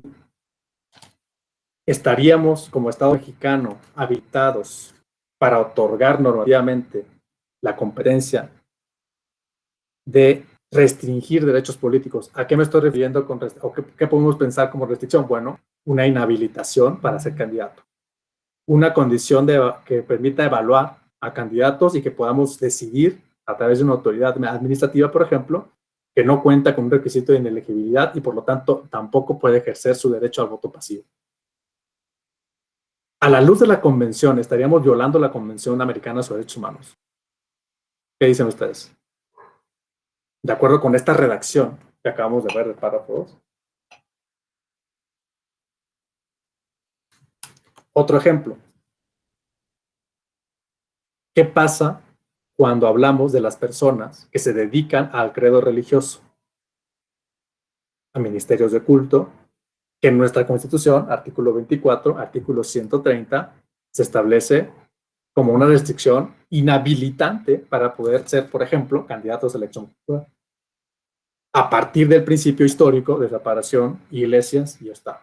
Y además, no solamente eso, sino que a partir de ahí, de este marco constitucional, en México hemos construido legalmente un sistema sancionador en contra de personas y instituciones religiosas que actualicen el supuesto de ejercicio de un ejercicio de derecho político que no están habilitados a ejercer. A partir de esta idea de cómo están construidas estas restricciones, ¿ustedes piensan o qué creen?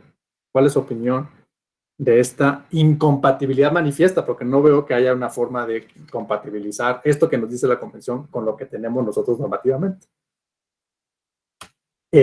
México estaría violando la Constitución en el caso que puse al principio y en el segundo caso en donde no permite normativa constitucionalmente a las personas que se dedican a los ministerios de culto a participar como candidatos a elección popular.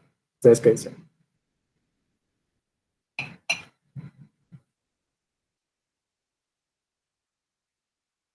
¿O cómo entendemos esa relación? Sí, como he venido diciendo, México está obligado, México puede ser condenado, México puede ser objeto de una sentencia. cómo entender esa relación.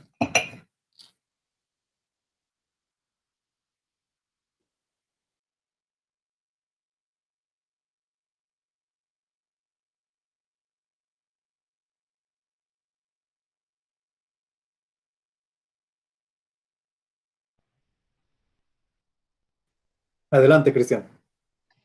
Hola, hola, no sé si me escuchan. Sí. Hay este tipo de problemas, si bien es cierto que el primer indicio, como lo señaló, es la sentencia de Yatama versus Nicaragua, justamente este problema entre ámbitos sancionadores de corte administrativo se llevó no hace mucho en el caso Petrurrego versus Colombia.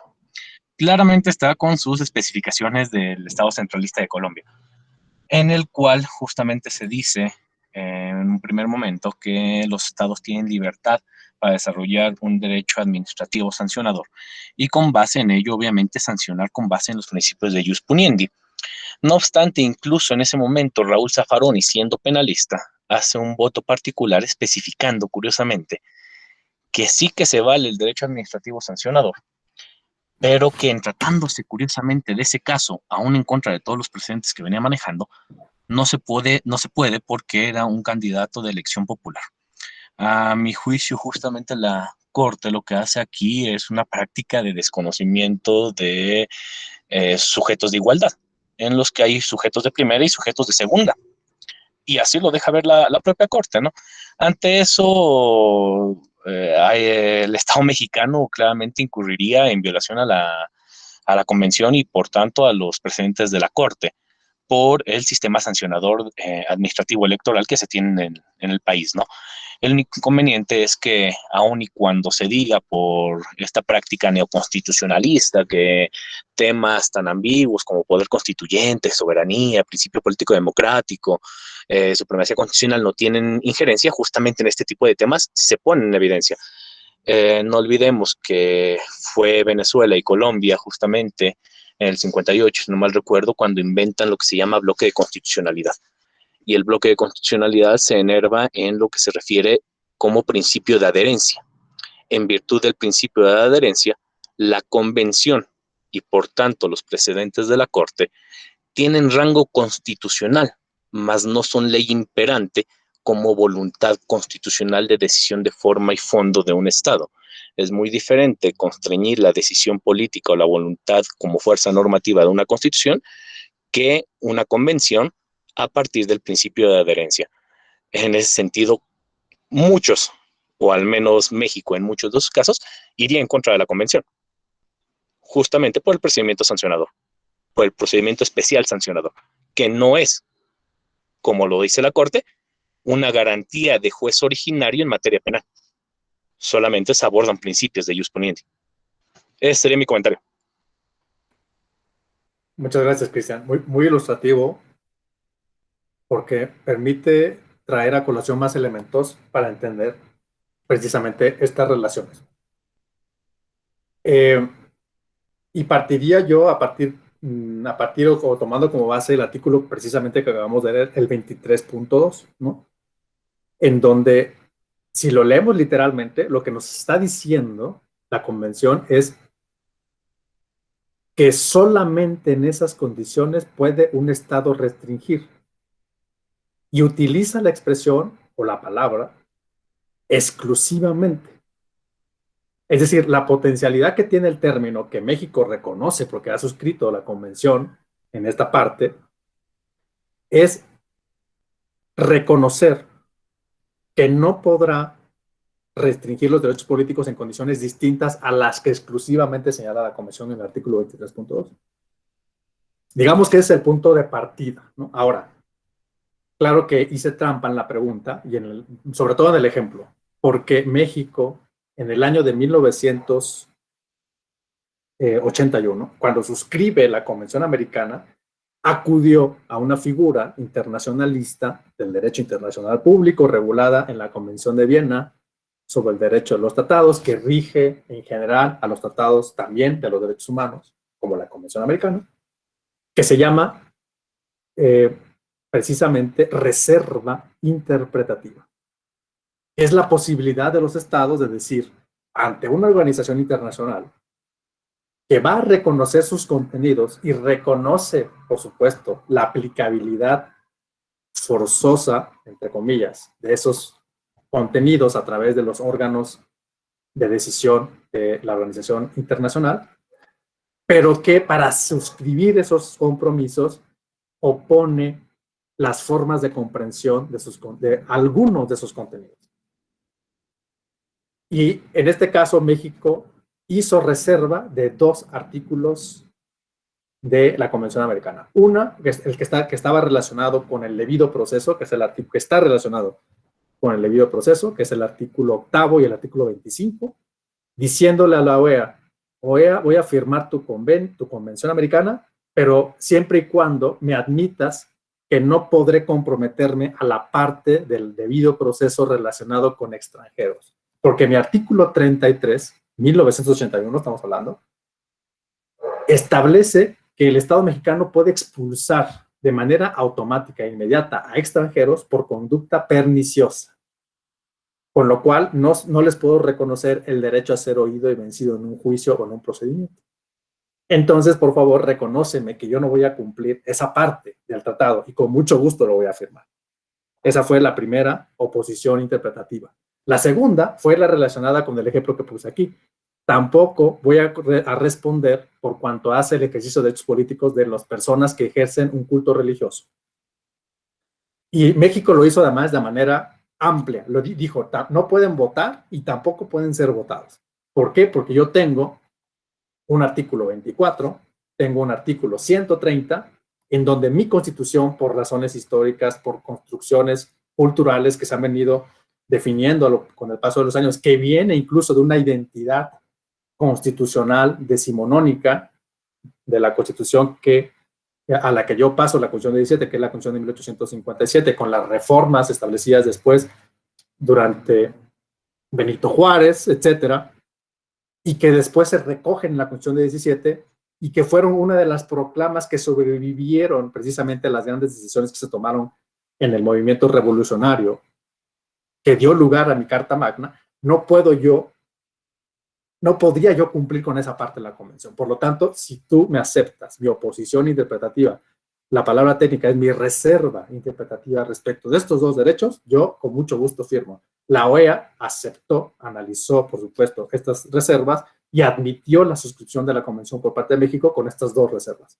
Por supuesto, en 2011, con la reforma de derechos humanos, México se encontró en la posibilidad de retirar una reserva, la reserva relacionada con los extranjeros, que por cierto era un contenido constitucional verdaderamente ominoso, diría yo, para una constitución. Poder simple y sencillamente expulsar a una persona extranjera porque así lo decidía el gobierno era una cosa de verdad insostenible desde el punto de vista de una cultura de los derechos humanos. México afortunadamente retira en 2012, si no recuerdo mal, esa reserva y retira también parcialmente la otra reserva solamente en cuanto hace al ejercicio del derecho al voto activo de las personas que pertenecen a cultos religiosos.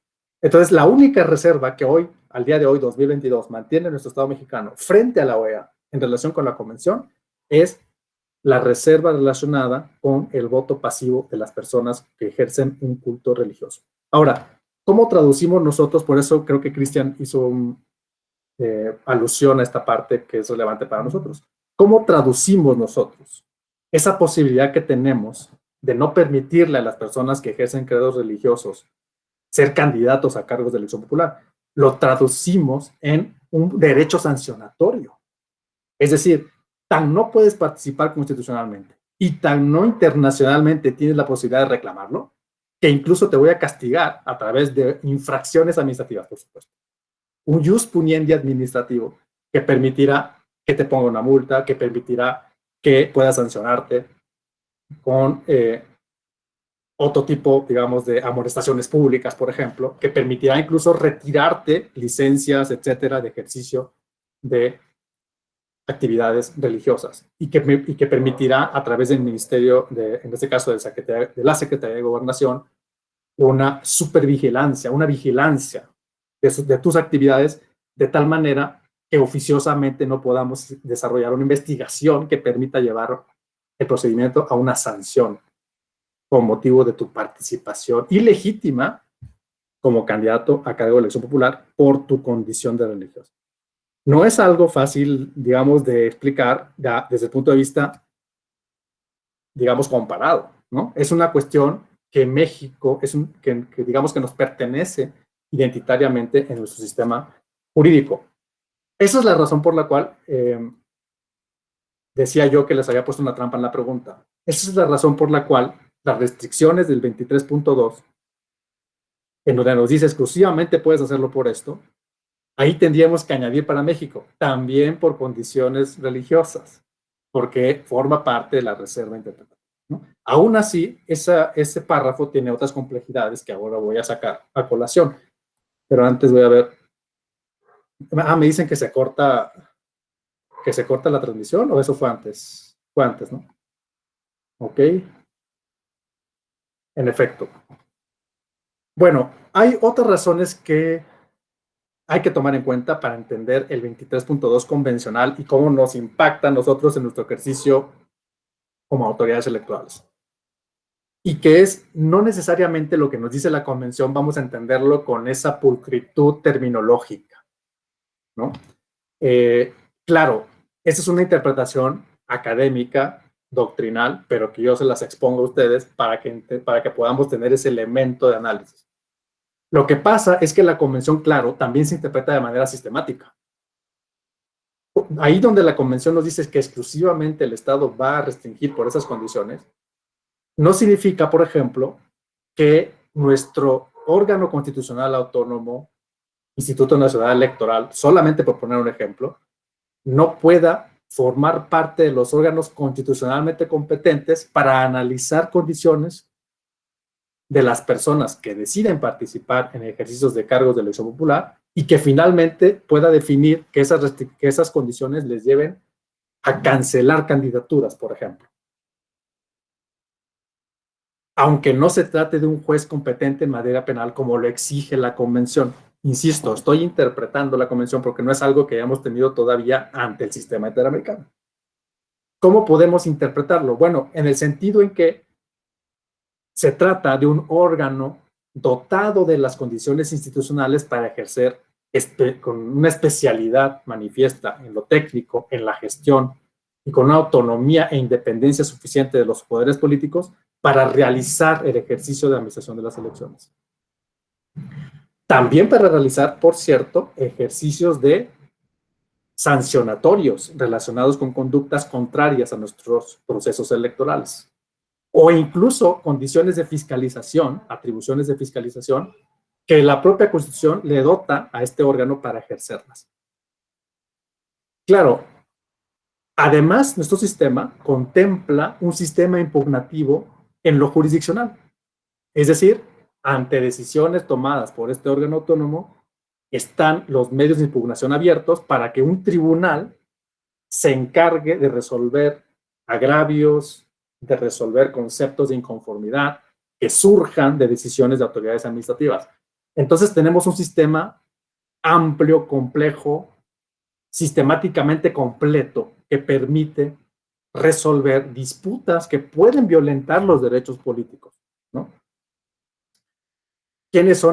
¿Cuál es ese aparato jurisdiccional? Pues para empezar, a nivel nacional y a nivel federal, las salas regionales, la sala superior, pero también a nivel estatal tenemos nuestras autoridades administrativas, por supuesto nuestros OPLES, y tenemos nuestros tribunales locales, que también están sus decisiones sujetas a un escrutinio jurisdiccional federal.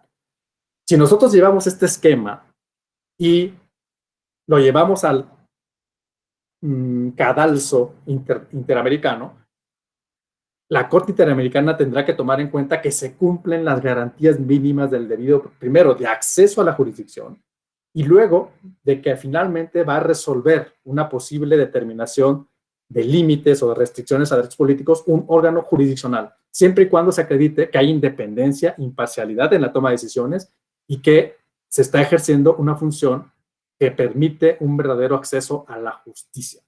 ¿Dónde están establecidas esas garantías como garantías convencionales también? en el artículo 8, ya decía yo hace un rato, de la propia convención, y en el artículo 25, donde se dice que toda persona debe tener acceso a un recurso sencillo, efectivo y expedito para resolver cuestiones que tengan que ver con violaciones posibles a sus derechos humanos. En ese sentido, no porque el artículo 23.2, vuelvo a ese argumento, no contemple otras condiciones de restricción a derechos políticos, no por eso México estaría incumpliendo, en el ejemplo que estoy poniendo, con el artículo 23.2, porque la convención estaría habilitando restricciones distintas cuando hablamos de que estas decisiones se emitan por órganos jurisdiccionales especializados, no necesariamente órganos jurisdiccionales penales, que es lo que exige de manera literal la convención. Insisto, es un ejercicio de meramente académico, pero que está abierto a que en algún momento pueda ser impugnado, y creo que, por cierto, sí está impugnado, según sé, ante la Comisión Interamericana, que es la primera fase del sistema interamericano, que después lleva el asunto o el caso a la Corte Interamericana, que emite precisamente decisiones al respecto. Bueno, ¿había unas manos levantadas o fui yo el que escuchó? ¿Alguien quisiera intervenir?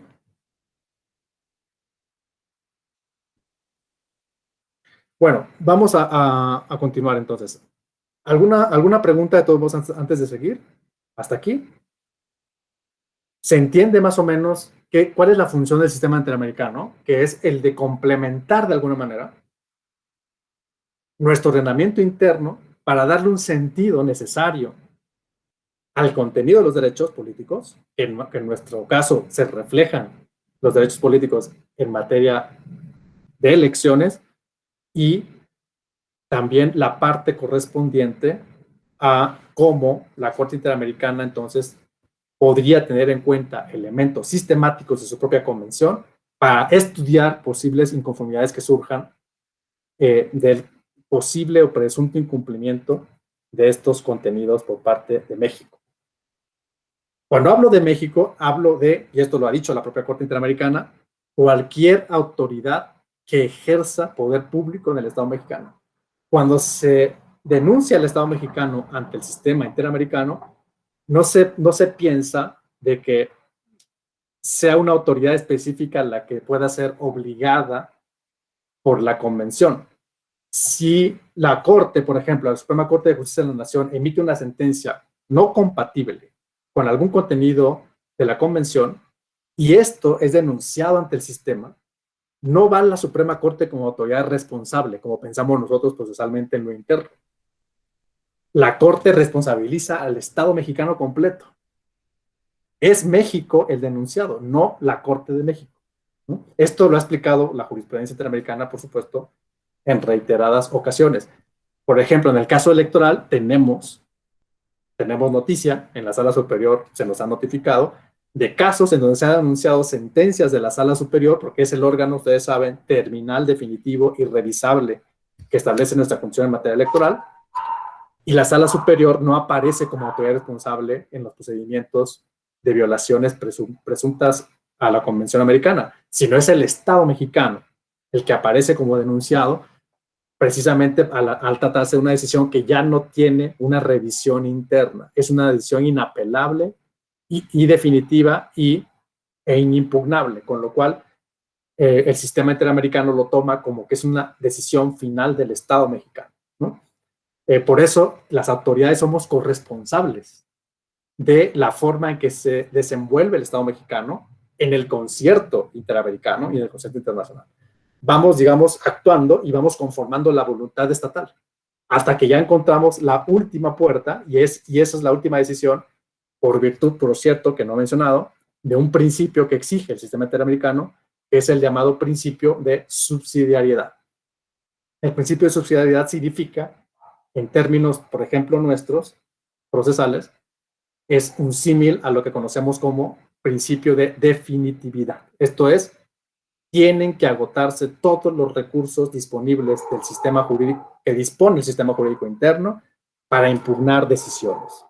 Si yo justifico que se ha agotado la cadena impugnativa en el sistema jurídico mexicano, yo ya puedo impugnar la decisión ante el sistema interamericano, que consta de dos fases, ¿no? La fase de investigación, de amigable composición y de decisión y de conclusiones de la Comisión Interamericana de Derechos Humanos, que tiene su sede en Washington, precisamente en la sede de la OEA, y la Comisión Interamericana, que también está conformada por 7 comisionados y comisionadas. Una vez que decide que en efecto hay una violación a un derecho, remite el caso ante la Corte en San José de Costa Rica.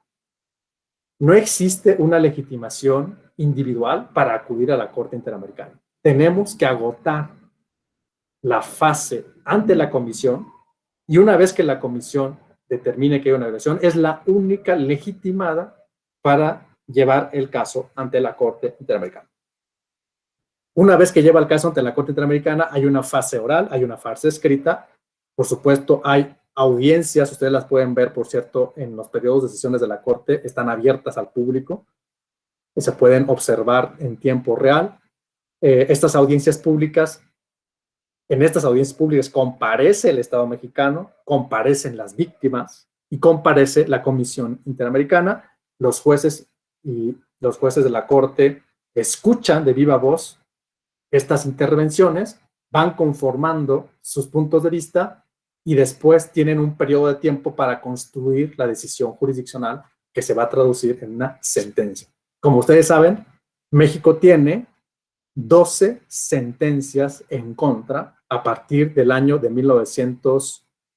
del 2008, caso Castañeda, hasta llegar al caso, muy importante caso, de Digna Ochoa y familia en contra de México, que acaba de notificar la Corte Interamericana este mismo año del 2022, no recuerdo si fue en enero o febrero.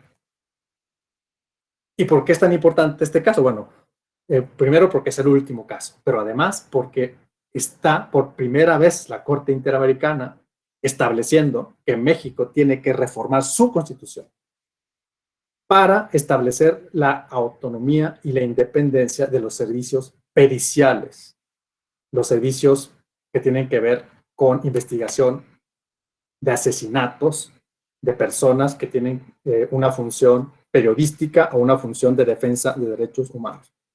Con lo cual, nunca había ocurrido en la historia que un tribunal internacional, en este caso la Corte Interamericana, ordene al presidente de la República, a través de la Consejería Jurídica, que se presente una iniciativa de reforma a la Constitución de México para incorporar este contenido, y le da un plazo de 2 años para que lo haga. Con lo cual, bueno, cuando nos preguntamos, ¿puede alguien ordenar la reforma de la Constitución? Pues ya está reflejado en esta sentencia que sí se puede, al menos jurídicamente. A partir de ahí ha habido diversas interpretaciones donde no nos vamos a meter, simplemente menciono que esta sentencia es sumamente relevante por este aspecto. ¿Qué nos implica esto? Que si en algún momento la Corte Interamericana llega a conocer de un caso electoral donde observe que hay una violación a un derecho político en la Constitución, podría hacer lo mismo perfectamente. Ordenar que se modifique la Constitución, por ejemplo, para que se deje, les voy a poner totalmente un ejemplo que no tiene nada que ver con la realidad todavía. Por ejemplo, pudiera ordenar que se viola la libertad de expresión en materia político-electoral al establecerse que los particulares, las personas, no puedan contratar tiempos de radio y televisión. En el establecidas estas condiciones limitantes en el artículo, como sabemos, 41 constitucional. Puede ser un entendimiento internacional que discrepe del contenido constitucional y que nosotros tenemos arrastrando desde el año 2007. Mero ejemplo, ¿no? Ya a nivel interno se ha resuelto que no necesariamente se pueden revisar contenidos materiales de la Constitución a nivel precisamente interno. Bueno, ahora quisiera rápidamente, en esta última parte de mi exposición, ya se me fue el tiempo, ver por qué no sería relevante para nosotros aplicar el derecho internacional sin esperar o sin elucubrar ninguna cuestión que tenga que ver con que solamente los órganos internacionales se ocupen de eso, no. Para México, todas las autoridades tienen responsabilidad de aplicar el derecho internacional de los derechos humanos y, en primer lugar, el derecho interamericano, incluidas las autoridades administrativas. Solo que las autoridades, dependiendo de sus competencias, tienen distintos alcances de resolución en las maneras en las que nos debemos enfrentar y darle consecuencias a ese derecho internacional. Y para eso quisiera que viéramos lo que nos dijo la Corte de México en el caso Radilla, que ustedes conocen perfectamente bien, pero quisiera que viéramos el cuadro que la Corte nos da y que se preocupa por elaborar en esa resolución, ¿no? A ver si puedo proyectar, porque es una página. Ahí creo que se puede ver, ¿no? Creo que sí. A ver, no sé si los perdí. ¿Ahí se ve?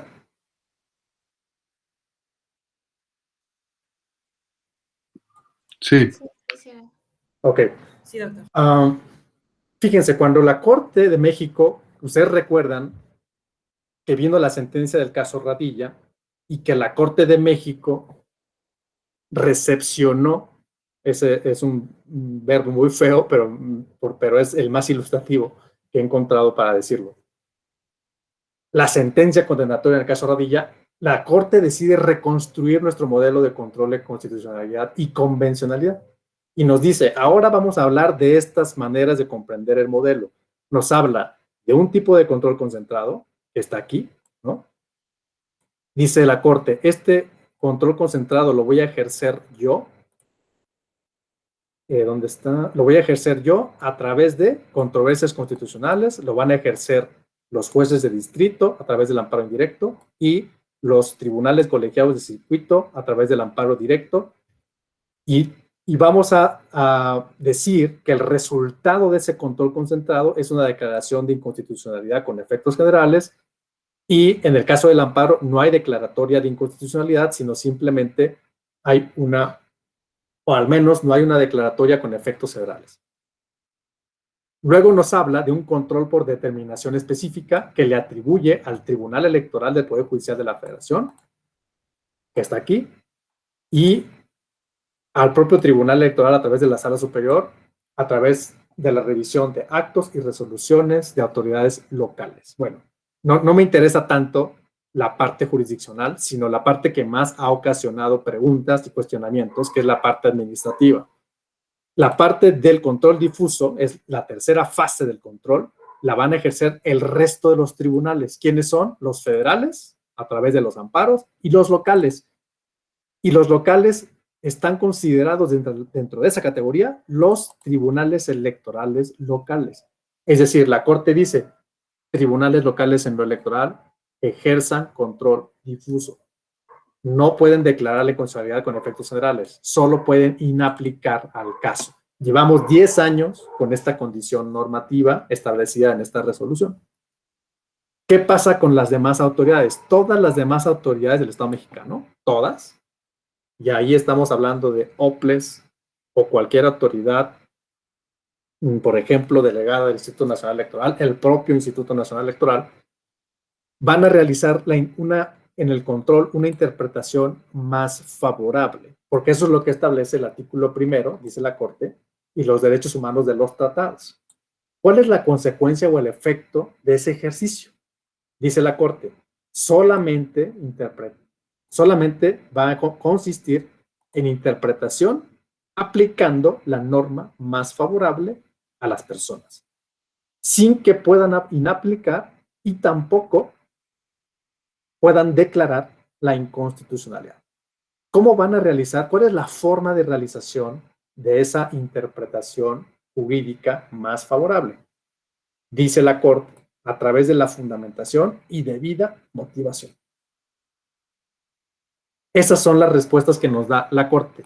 Ahora, con mucha frecuencia, cuando hablamos de esto, surge la pregunta, ¿qué pueden hacer los OPLES? Y yo siempre digo, pues hay que leer lo que dice la sentencia Radilla, que además no solamente la lectura nos dice una condición, una base normativa de cuáles son las posibilidades, sino que nos dice, no pueden ustedes, no se puede que la autoridad administrativa inaplique normas, ¿no?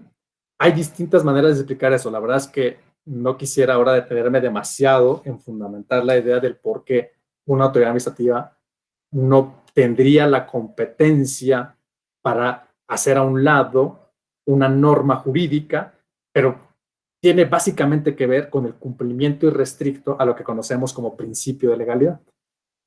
Pero eso no quiere decir, y aquí es donde quizás sí me voy a extender un poquito más, no quiere decir que la autoridad administrativa esté inhabilitada para darle un efecto en algún momento y en algún caso de inaplicación de una norma a un caso concreto cuando exista jurisprudencia obligatoria emitida previamente por un tribunal.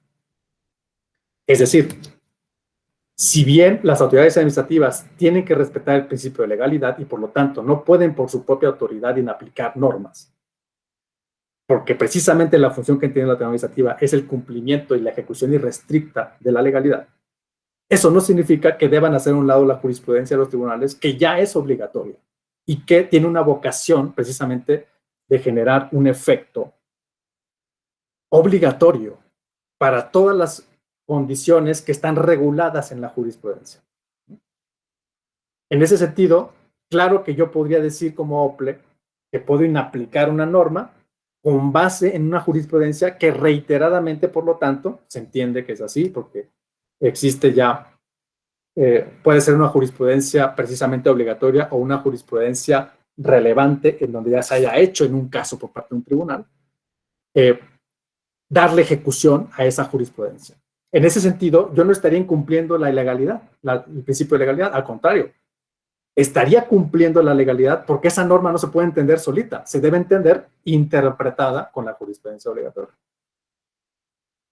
Creo que esa es la mejor manera de comprender la participación de las autoridades administrativas en lo que la Corte de México reconfiguró como control de constitucionalidad y convencionalidad en el sistema jurídico mexicano, y en donde está llamando a una debida fundamentación y motivación de las decisiones que emite una autoridad administrativa. No estoy seguro si transmití adecuadamente esa tesis, pero a eso nos referimos cuando la autoridad administrativa se sienta corresponsable de participar en la aplicación del derecho internacional. Y claro, para esa aplicación del derecho internacional tengo que tener manejados los criterios que han surgido de esa aplicación del derecho interamericano, sobre todo en materia de derechos humanos. ¿Cómo puedo yo hacerme del conocimiento, de la información, de la soltura en el manejo de esos criterios? Solamente conociendo la jurisprudencia interamericana, es decir, las sentencias en donde la Corte Interamericana ha desarrollado argumentativamente los derechos del artículo 23 de la Convención. ¿Cómo puedo yo hacerme esa información? La propia Corte, por ejemplo, ha tratado de elaborar herramientas para conseguir ese objetivo, ¿no? Y en materia de derechos políticos, por ejemplo, ha elaborado cuadernillos que son una especie como de síntesis jurisprudencial, donde elabora, donde sintetiza precisamente, donde va sistematizando estos criterios. Y así, por ejemplo, nos habla ese boletín, ese cuadernillo de los derechos políticos de las personas indígenas en lo individual, de los pueblos y comunidades indígenas, del debido proceso en materia de derechos políticos, del acceso a la justicia en materia de derechos políticos, de cómo se entiende la participación de los ciudadanos en los procedimientos de democracia directa y semidirecta. Por ejemplo, en el caso, ahora no estoy recordando el nombre, pero sí quisiera dejárselos porque es un caso importante. Por aquí lo debo tener. El caso Miguel Sosa y otras contra Venezuela. ¿Por qué se me hace relevante ese caso? Porque ahí la Corte protegió el derecho de las personas a votar una revocación presidencial, en este caso del presidente Chávez, y estableció que había restricciones indirectas del Estado para que estas personas no pudieran ejercer su derecho a participar en la revocatoria del mandato del presidente de la República. Por lo cual, si nosotros tenemos hoy en México un proceso de revocación de mandato, hay argumentos, criterios, sentencias donde la Corte ya dijo cosas al respecto que tenemos que tener trabajadas para poder enfrentar algún tema que tenga que ver con este proceso que tenemos en puerta. Está también, ya lo mencionaba Cristian hace un rato, el caso Petro Úrrego contra Colombia, que tiene como antecedente directo el caso López Mendoza contra Venezuela. ¿Por qué nos es importante este caso? Bueno, tampoco podemos pasarlo por alto, porque en ese caso la Corte Interamericana nos dice cuándo puede el Estado determinar sanciones que impidan la participación de una persona que pretende ser candidato a un cargo de elección popular. Y nos dijo, tanto en López Mendoza como en el caso Petro Úrrego, no se puede inhabilitar a una persona para ejercer el derecho al voto pasivo si la autoridad que lo va a realizar, esta inhabilitación, como se le conoció en esos casos, me parece que así se le denomina, lo va a realizar una autoridad fiscalizadora, en este caso una procuraduría, que tiene como principal actividad pública la persecución de los delitos. Una autoridad, una procuraduría no puede inhabilitar a una persona que ha sido democráticamente electa para determinar su inelegibilidad a un cargo de elección popular, al cual pretende acceder en un proceso electoral posterior. Tiene que hacerse a través de una decisión jurisdiccional, no a través de un órgano de procuración. De justicia, en este caso, una procuraduría, que vean cuál fue el fundamento de la Procuraduría General de la República en Colombia para determinar que Petro Úrrego era, si no recuerdo mal, alcalde de Bogotá y que pretendía ser candidato a la presidencia de la República. ¿Qué fue lo que dijo la Procuraduría? Fíjense la potencialidad del instrumento y de la herramienta que tiene el Estado para inhabilitar a una persona, estableciéndole una investigación por un determinado delito que permita inhabilitarlo como candidato. No estamos muy lejos de un contexto de ese tipo en México, por eso nos es tan relevante conocer, ¿no?, estos contextos. Lo que nos dice la Corte es que, por supuesto, por razón de fuente de autoridad, no puede haber este tipo de inhabilitación, sobre todo aquí en este caso, que era muy grave, me parece, porque se estaba inhabilitando a un funcionario o a un servidor público en funciones que había sido democráticamente electo. Con lo cual, no solamente violentas el derecho político individual de la persona que pretende ser candidato, sino además violentas los derechos de toda la ciudadanía que colocó a esta persona como representante popular. Violentas el derecho político electoral, colectivamente hablando. En ese sentido, la Corte condenó a Colombia precisamente por esta razón, y hay un tema ahí normativo que no nos dará tiempo de comentar, pero que tiene que ver con su constitución, la Constitución de Colombia, en una lectura literal, claramente, desde mi punto de vista, permite a la Procuraduría sancionar con estas consecuencias a una persona democráticamente, a un funcionario democráticamente electo, lo cual sería claramente contrario a la Convención. Creo que la Corte, aquí coincidiría con lo que se dijo hace un rato, la Corte no siempre tiene argumentos, por supuesto, perfectos o irrevisables o incontrovertibles. En este caso, creo, en el caso de Petro Úrrego, la Corte Interamericana se quedó corta porque creo que es claro, y esto, por cierto, también lo han dicho especialistas, es muy claro que la Constitución de Colombia violó directamente la Convención. Por lo tanto, la Corte debió ordenar la reforma de la Constitución de Colombia porque permite claramente, insisto, que la Procuraduría de la República inhabilite a personas funcionarios democráticamente electos, lo cual es incompatible claramente con la Convención Americana. Sin embargo, la Corte acude a la figura de la interpretación conforme para decir, bueno, se puede interpretar que no sea la Constitución la que se entienda de esa manera, sino que es la ley que desarrolla el contenido constitucional la que permite en realidad esta actitud y esta actividad de la Procuraduría, y entonces lo que ordenó la Corte Interamericana fue reformar la ley, es decir, la ley secundaria y no la norma constitucional. Por supuesto, no hay que dejar de mencionar, por último, la opinión consultiva del 2021 relacionada con la reelección presidencial indefinida, que es sumamente relevante para el sistema interamericano y que emitió la Corte el año pasado. La opinión consultiva es otro tipo de competencia que tiene la Corte Interamericana, que no resuelve un litigio, sino que resuelve un pronunciamiento, una solicitud, mejor dicho, desarrollada, presentada por un Estado parte, sobre un tema que considera especialmente controvertido a la luz de las normas convencionales y respecto de la cual la Corte no tiene un pronunciamiento en su jurisprudencia.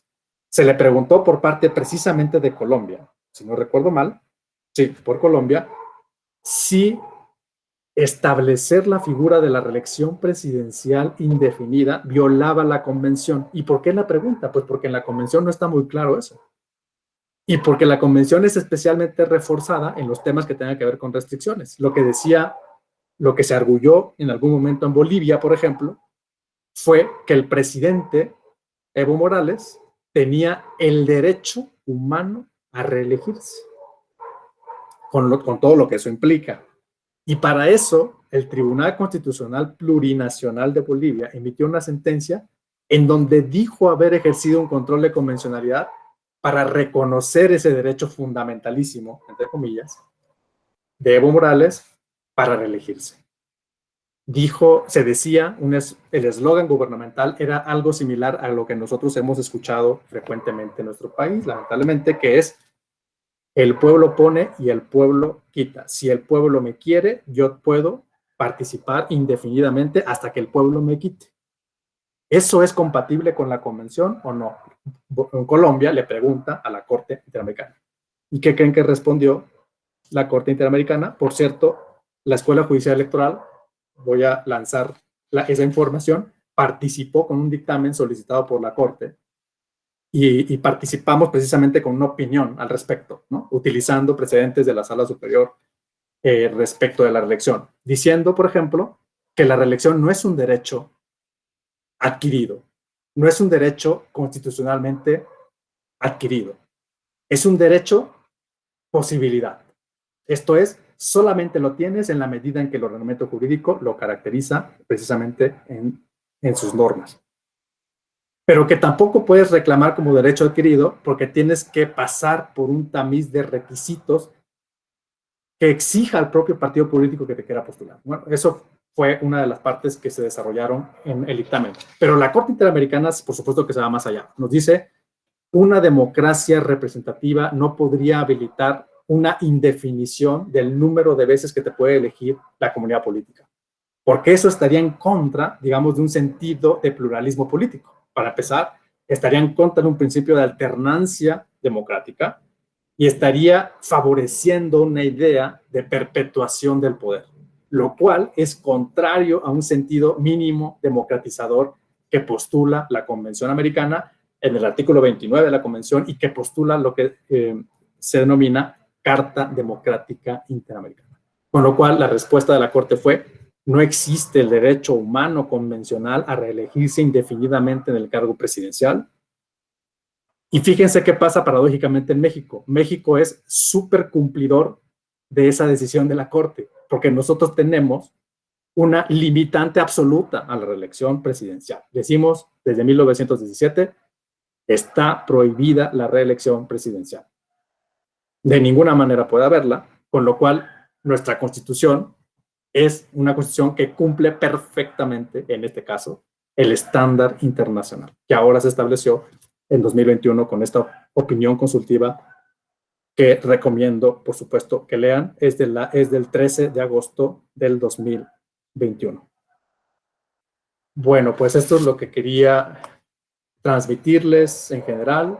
Creo que se ha cumplido el objetivo, por lo menos transmitir la idea de que la argumentación en términos de derecho internacional se encuentra dentro de las actividades centrales de todo operador jurídico en nuestro país, y la relación que existe entre México y el sistema interamericano es cada vez más materialmente, digamos, más visible, y en la jurisprudencia nacional se puede observar cada vez más presente, ¿no? La normatividad convencional que se está construyendo desde hace varios años. Si no existe alguna pregunta, última pregunta antes de irnos, ¿alguna cuestión, observación, comentario? Si no, bueno, yo quedo contactado. Creo que por ahí les dejé mi Twitter, @jalfonsoherrera. Ahí hay un buzón. Si surge alguna cuestión durante el diplomado, que ya quedan pocos días, o cualquier cuestión que tengan, por supuesto que estamos en contacto en ese buzón. Con muchísimo gusto podemos comunicarnos por ahí, por supuesto también en las redes de la Escuela Judicial. Muchas gracias a todas, a todos por su atención, y estamos entonces en contacto. Muy buenas noches.